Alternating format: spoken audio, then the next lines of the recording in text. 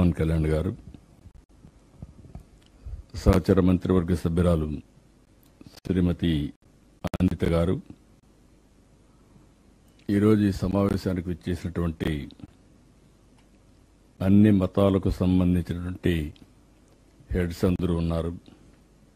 హిందూ మతం, ముస్లిం మతం, Christian, Buddhist, Jain, Sikh మతాలకు సంబంధించినటువంటి ఆ మత పెద్దలందరికీ, చీఫ్ సెక్రటరీ విజయానంద్ గారు,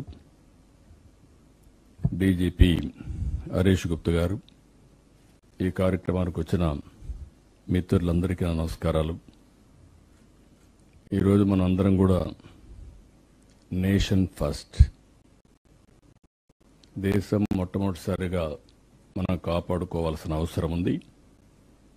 దేశంలో ఎలాంటి సమస్య వచ్చినప్పుడు కూడా భారతదేశంలో ఉండే ప్రతి ఒక్క వ్యక్తి మేమందరం సంఘటితంగా ఉంటామని చెప్పడమే కాకుండా అందరం కూడా ముందుకు నడవాల్సిన బాధ్యత మనందరిపైన ఉంది. ప్రపంచ శాంతిని పట్టి పీడిస్తున్న సమస్య ఉగ్రవాదం. తీవ్రవాదం కానీ ఉగ్రవాదం కానీ ఇవన్నీ కూడా మనం చూస్తే ఆ దేశం యొక్క అనిశ్చిత పరిస్థితికి, ఆర్థిక ఇబ్బందులకి, అన్ని సమస్యలకి దోహదం చేసే పరిస్థితి వస్తుంది. అలాంటిదే పహల్గాంలో ఉగ్రవాదులు చేసిన మారణకాండ. కేవలం పర్యాటకులపై చేసింది కాదు. ఇది ఒక మాటలో చెప్పాలంటే వాళ్ళు ఏ విధంగా చేసినా భారతదేశాన్ని యొక్క శాంతి సుస్థిరతలపైనే దెబ్బతీసే పరిస్థితికి వచ్చారు.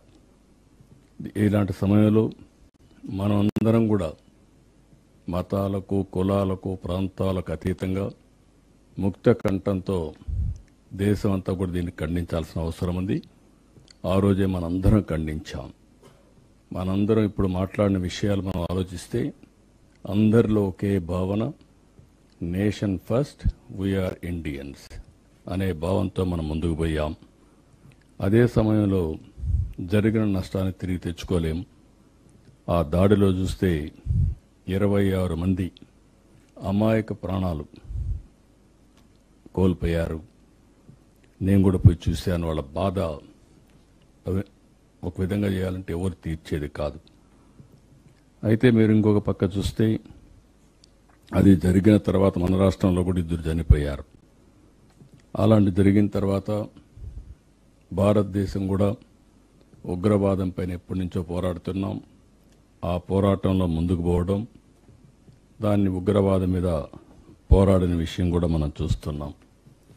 ఈ పరిణామాలు జరిగిన తర్వాత ఈరోజు మన దేశంలో మనం చూస్తే సరిహద్దుల్లో గడిచిన ఒక 5-6 రోజులుగా ఎక్కడ లేని టెన్షన్స్ వచ్చాయి. ఆ టెన్షన్స్ వల్ల ఈరోజు మన త్రివిధ దళాలు కూడా, డిఫెన్స్ కూడా వీరోచితంగా పోరాడారు, దేశభక్తితో పోరాడారు. కొంతమంది ప్రాణాలు కూడా పోగొట్టుకున్నారు.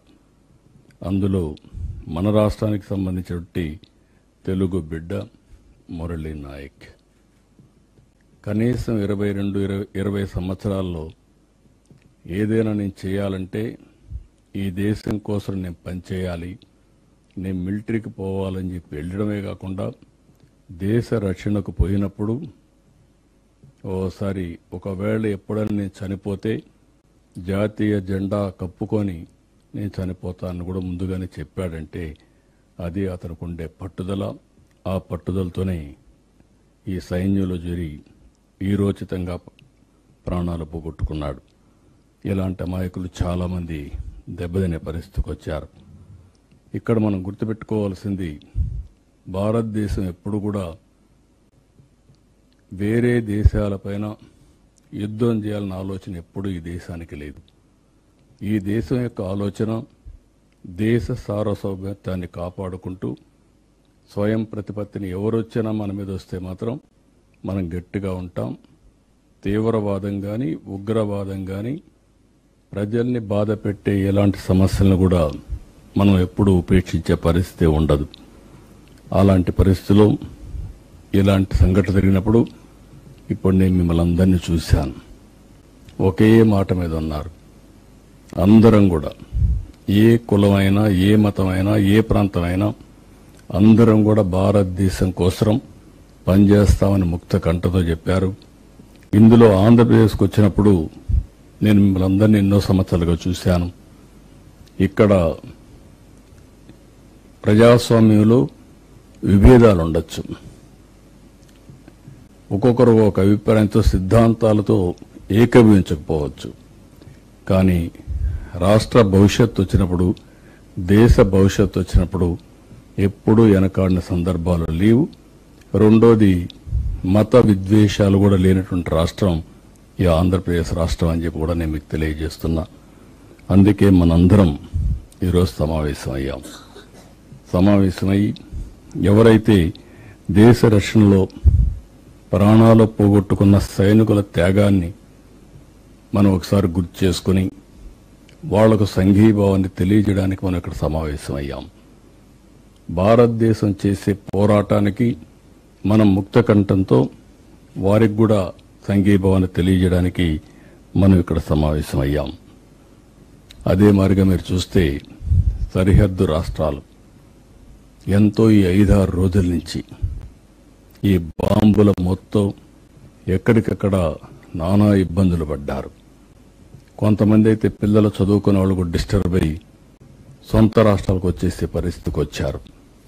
అయితే ఈరోజు ఇంత మునిపే మనం చూశాం, 3:30 గంటలకి 2 దేశాల మధ్య ఎవరైతే ఈ యొక్క ఆర్మీ చీఫ్లు ఉన్నారో వాళ్ళందరూ మాట్లాడుకుని కాల్పుల విరమణ చేయాలని చెప్పి ఆలోచించడం, ఈ కాల్ కూడా పాకిస్తాన్ నుంచి రావడం, భారతదేశం ఒప్పుకోవడం, ఈ రెండు చూసినప్పుడు మళ్లీ మన దేశం ఎప్పుడు కూడా యుద్ధం చేయాలని కానీ ఇలాంటి ఆలోచన ఎప్పుడూ లేదు. కానీ ఉగ్రవాదం మీద, టెర్రరిస్టుల పైన రాజీ లేని పోరాటం చేస్తామని ముందు చెప్పారు. దానికి ఎప్పుడూ కట్టుబడి ఉంటారు. అందుకే ఇప్పుడే మీరు చూస్తే సీజ్ ఫైర్ కూడా పాకిస్తాన్ నుంచే వచ్చింది. వాళ్ళు ఫోన్ చేసిన తర్వాత మన వాళ్ళు కూడా దీన్ని ఆమోదించే పరిస్థితికి వచ్చారు. ఈరోజు 5 గంటల నుంచి ఇది అమల్లోకి వచ్చింది. అంటే మన మీటింగ్ జరిగేటప్పుడే ఇది అమల్లోకి వచ్చింది. ఇది ఒక శుభ పరిణామం అని చెప్పి కూడా నేను మీకు తెలియజేస్తున్నా. మళ్లీ 12వ తారీఖున సమీక్షలు చేసుకుంటున్నారు. అయితే మనందరం చేయాల్సింది, ఎవరైతే ఈ యుద్ధంలో నష్టపోయిన వారికి అందరికీ సంతాప తీర్మానం కింద వాళ్ళ యొక్క నివాళులు అర్పించడం, అదే మరిగా ప్రధానమంత్రి, కేంద్ర ప్రభుత్వం ఏ నిర్ణయం తీసుకున్నా దేశ భవిష్యత్తు కోసం వారికి అండగా ఉంటామని మనమందరం తీర్మానం చేసి, అదేవిధంగా ప్రజా చైతన్యం కూడా తీసుకురావాల్సిన అవసరం ఉంది. ప్రజలను అప్రమత్తం చేయాల్సిన అవసరం ఉంది. దేశ భవిష్యత్తు కోసం అందరం కలిసి పనిచేస్తామని